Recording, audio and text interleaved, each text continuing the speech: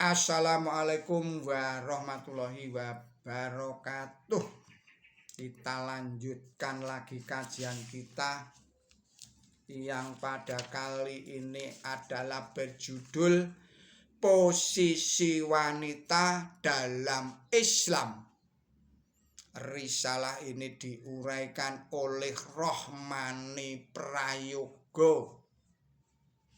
Saudara-saudara para pemirsa Kereweng Aji Channel yang berbahagia, serta kaum mukminin wal mukminat rahimakumullah. Assalamualaikum warahmatullahi wabarakatuh. Bismillahirrahmanirrahim. Yang ke-11, Allah menciptakan kelemahan fisik wanita dan kekuatan fisik pria, dan perbedaan biologis mereka. Ini adalah supaya terdapat daya tarik antara keduanya demi kelangsungan generasi atau keturunan manusia, demi untuk kesejahteraan dan kebahagiaan demi untuk kesejahteraan dan kebahagiaan umat manusia. Allah Subhanahu wa ta'ala menetapkan peraturan-peraturan untuk mencegah akses-akses yang ditimbulkan, misalnya pelanggaran-pelanggaran kesusilaan, eksploitasi kaum pria terhadap kaum wanita karena kelemahan fisik, dan untuk menjaga kesucian mereka. Allah Subhanahu wa ta'ala berfirman di dalam surat 24, surat An-Nur ayatnya 30. Bismillahirrahmanirrahim. Katakanlah kepada kaum mukmin pria agar mereka menundukkan pandangan mereka dan menjaga kelamin mereka. Ini adalah lebih suci bagi mereka. Sesungguhnya Allah itu waspada mengenai apa yang mereka lakukan. Quran suci surat nomor 24, yaitu surat An-Nur ayatnya ayat 30.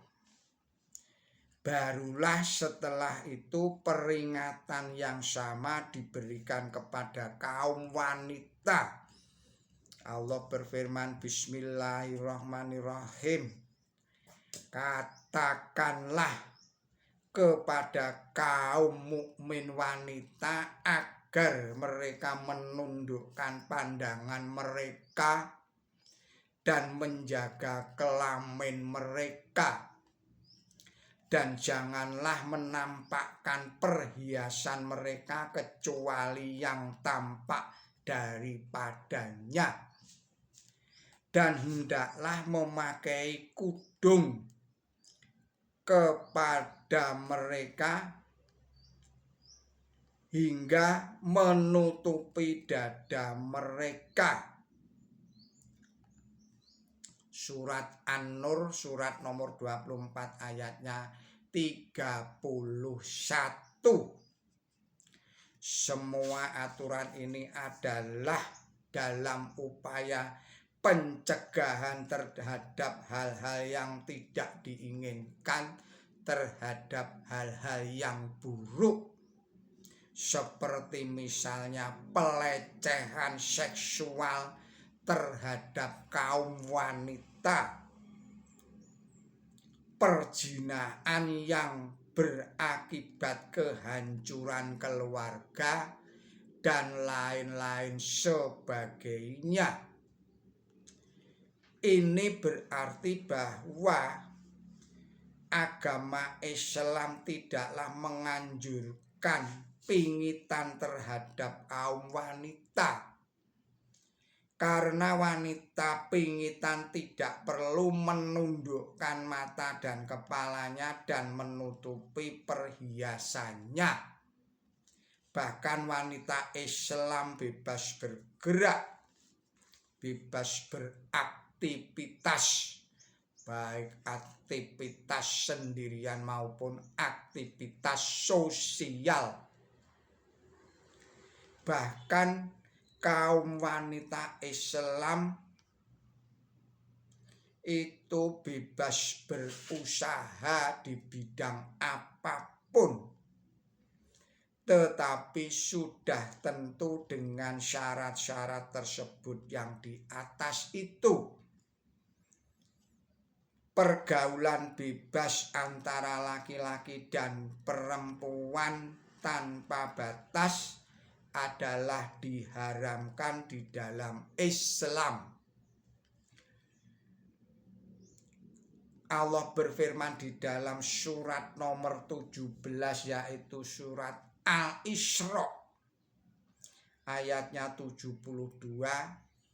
Bismillahirrahmanirrahim. Dan janganlah mendekati zina, sesungguhnya ini menjijikkan dan buruklah jalan itu.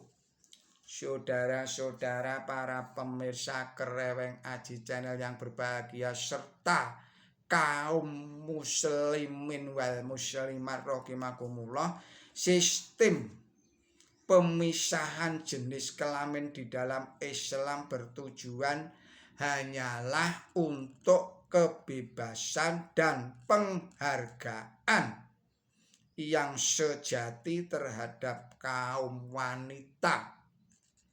Fungsi kaum wanita sebagai ibu dan besarnya tanggung jawab yang dibebankan kepada mereka, maka sudah sepantasnya lah dia menjadi objek kekaguman dan bukanlah barang mainan seperti yang lazim berlaku di dunia barat. Tatkala benar, saya ulangi lagi, tidaklah benar jika dikatakan bahwa di dalam Islam kaum wanita dijajah. Bahkan itu adalah sebaliknya, yaitu untuk menikmati kebebasan sejati, kaum pria dan kaum wanita Islam sama-sama membatasi diri sampai dengan batas waktu tertentu.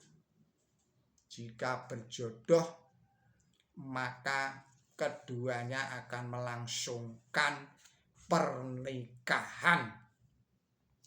Marilah kita melihat perbedaan keadaan kaum wanita di negara-negara barat dan di negara-negara Islam. Justru negara-negara di mana kaum wanita diberikan kebebasan secara fisik seluas-luasnya, dia tidak mungkin atau dia semakin dieksploitasi atau dipermainkan seenaknya oleh orang-orang yang tidak bertanggung jawab. Misalnya memperdagangkan kecantikan wanita di iklan serta di film-film, pelacuran dan sebagainya. Sedangkan di negara-negara Islam hal-hal semacam itu relatif jarang terjadi. Memang tanpa jasa agama Islam sudah pasti keadaan kaum wanita semakin parah. karena harga dirinya dilecehkan ataupun dieksploitasi.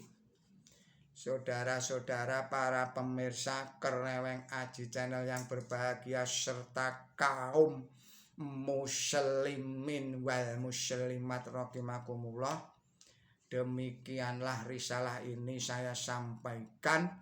Mohon maaf atas segala kesalahan dan kekilapan saya. Billahi taufik wal hidayah. Ihdinas siratal mustaqim. Wassalamualaikum warahmatullahi wabarakatuh.